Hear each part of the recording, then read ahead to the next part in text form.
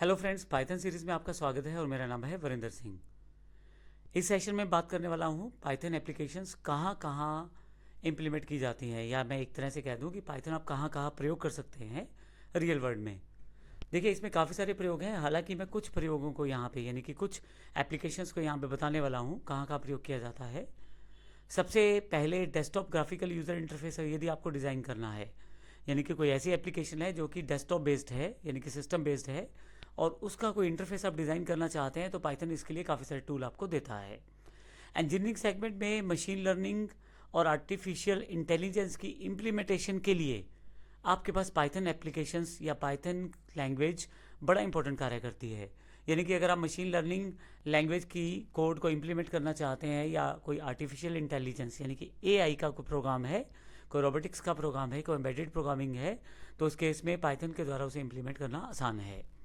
Web development process में खासकर server side scripting के लिए पाइथन बड़ा इंपॉर्टेंट सॉफ्टवेयर या पाइथन बड़ा ही इंपॉर्टेंट लैंग्वेज माना जाता है। डिफरेंट टाइप्स की गेम्स डेवलपमेंट जो है वो बड़ी आसानी से हो सकती हैं पाइथन के साथ, यानी कि आप गेम्स डेवलपमेंट में भी इसका प्रयोग करते हैं। इसका कारण इसका साइंटिफिक लाइब्रेरीज और मैथमेटिकल लाइब्रेरीज होना है। मैथमेटिकल लाइब्रेरीज बहुत सारी हैं जिससे आप बड़ी आसानी से गेम्स में जो कोडिंग प्रयोग की जाती है उसे आसानी से वर्कआउट कर सकते हैं।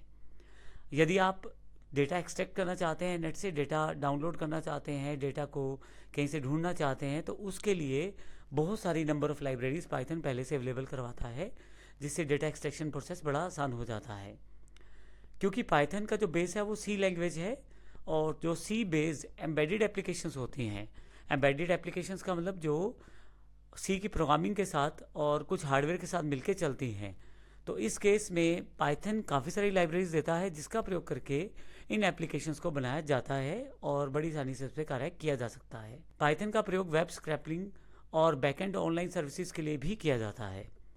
बिजनेस एप्लीकेशंस, जैसे आपको मैं एग्जांपल के लिए फ्लिपकार्ट का नाम ले लेता हूँ, तो ऐसी बड़ी बड़ी साइट्स, ई कॉमर्स साइट्स भी पाइथन का प्रयोग करती हैं, जिससे कि बड़ी आसानी से उनका बैकएंड फ्रंट एंड डेवलप होता है और वो कस्टमर्स की रिक्वायरमेंट के according easy to easy interface देके बैकएंड प्रोग्रामिंग के साथ पाइथन का प्रयोग करती हैं।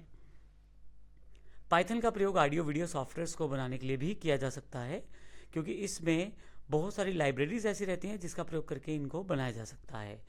कैड यानी कि कंप्यूटर एडेड डिज़ाइनिंग, जहाँ बहुत ही ज़्यादा प्रिसिशन की आवश्यकता होती है।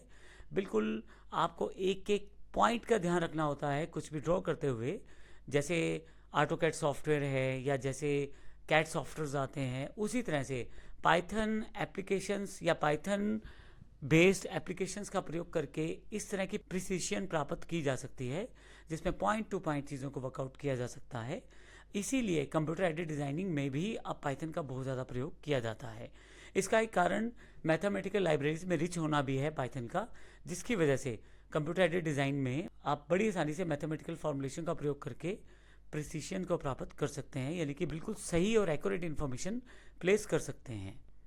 पाइथन आसान है। किसी को अगर पाइथन प्रोग्रामिंग सीखनी है या इवन किसी को प्रोग्रामिंग की शुरुआत भी करनी है, तो पाइथन उसके लिए बेस्ट है, क्योंकि बिना किसी ज़्यादा रूल्स या रेगुलेशंस के आप पाइथन प्रोग्रामिंग को कॉन्सेप्ट सीधा सीधा सीख सकते हैं। जैसे इसमें डेटा टाइप्स अवेलेबल हैं, लेकिन डायनेमिक लैंग्वेज होने की वजह से डायरेक्टली आपको मेंशन नहीं करने पड़ते। वेरिएबल आप जब रिक्वायर्ड हो तब आप उसको डिक्लेयर कर सकते हैं, तब आप उसका प्रयोग कर सकते हैं। पहले से किसी भी तरह की बाउंडेशन नहीं रहती और डायनेमिकली खुद ही पाइथन इसको सेटअप कर देता है। तो ऐसे केस में सिखाने में सबसे बेस्ट रहता है पाइथन।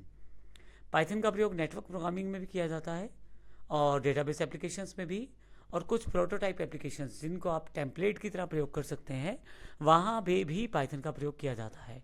तो इतनी सारी नंबर ऑफ़ एप्लीकेशंस में पाइथन का प्रयोग किया जाता है। और जब आप प्रोग्रामिंग पाइथन की सीख जाते हैं, तो एक पर्टिकुलर लाइन को आप चूज़ कर सकते हैं जो आपको बेस्ट सूटेड रहती है अपनी स्किल्स के अकॉर्डिंग। जैसे एग्जांपल, आप गेम्स डेवलपमेंट में जाना चाहते हैं तो पाइथन को उस तरह से सीखा जा सकता है। यदि आप डेस्कटॉप एप्लीकेशंस डेवलपमेंट में जाना चाहते हैं तो पाइथन को उस तरह से प्रयोग किया जा सकता है। और यदि आप वेब बेस्ड कोई सर्विस देते हैं या वेब बेस्ड टेक्नोलॉजी का प्रयोग करते हैं, और या आप वेबसाइट्स प्रोसेस करते हैं, तो उस केस में भी पाइथन सीखी जा सकती है। तो आपको आपके जो लक्ष्य रहेगा, आप पाइथन को उस तरह से उसका प्रयोग करने के लिए सीख सकते हैं। धन्यवाद।